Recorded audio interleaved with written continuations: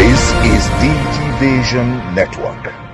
Just as webinars have become the order of the day, forced on us by all we know, that is the COVID-19 pandemic, DigiVision has also led a pool of experts in what we call DigiVision Dialogue, accompanied by a thoroughbred ICT professional and a journalist, Hilary Damisa.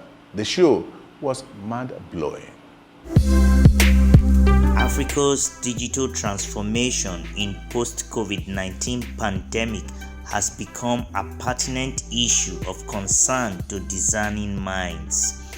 The novel coronavirus has hit hard on different continents of the world, leaving in its trail a plethora of inefficiencies of governments and organizations that were hitherto seen as strong and dependable.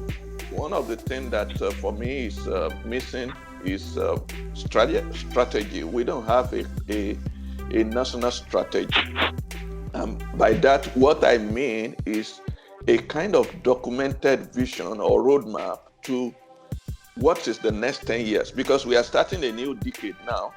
What is our digital plan for the next 10 years? Now, every other countries that I know have that. Canada has it. US have it. You can go and check. US have AI roadmap for the next 10 years. They have a big data roadmap for the next 10 years.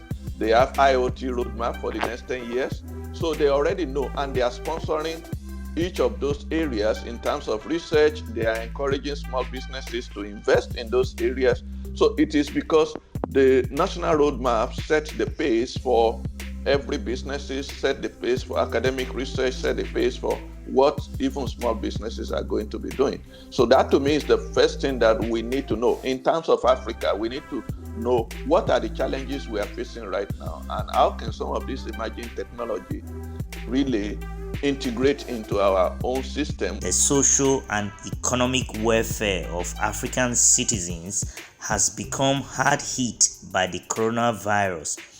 Though there has been positive news of some countries reopening, they, however, still have a long bridge to cross as they look to recover. In Nigeria, when we talk about how ready are we, data is a major challenge. Data is expensive, it's not cheap. That's number one.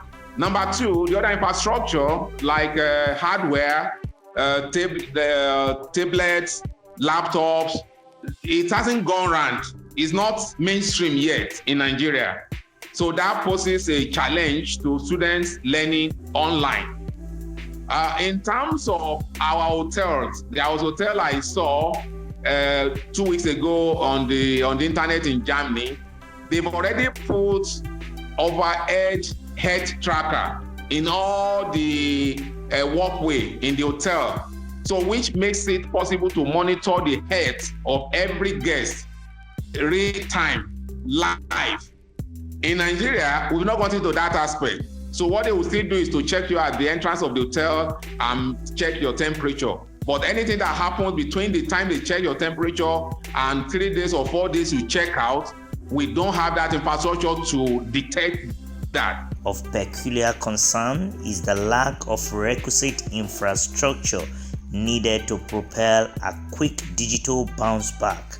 Though the continent may be picking up the pieces a bit slowly, if Africa desires to build a vibrant and sustainable continent, it is imperative to leverage opportunities with policies to create recovery and more competitive industries and resilient services. When we look at the transformation, we have to look at the domains of transformation.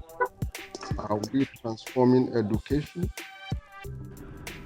The answer would be within the global scaling of our education system, from primary to secondary, of course, to the university.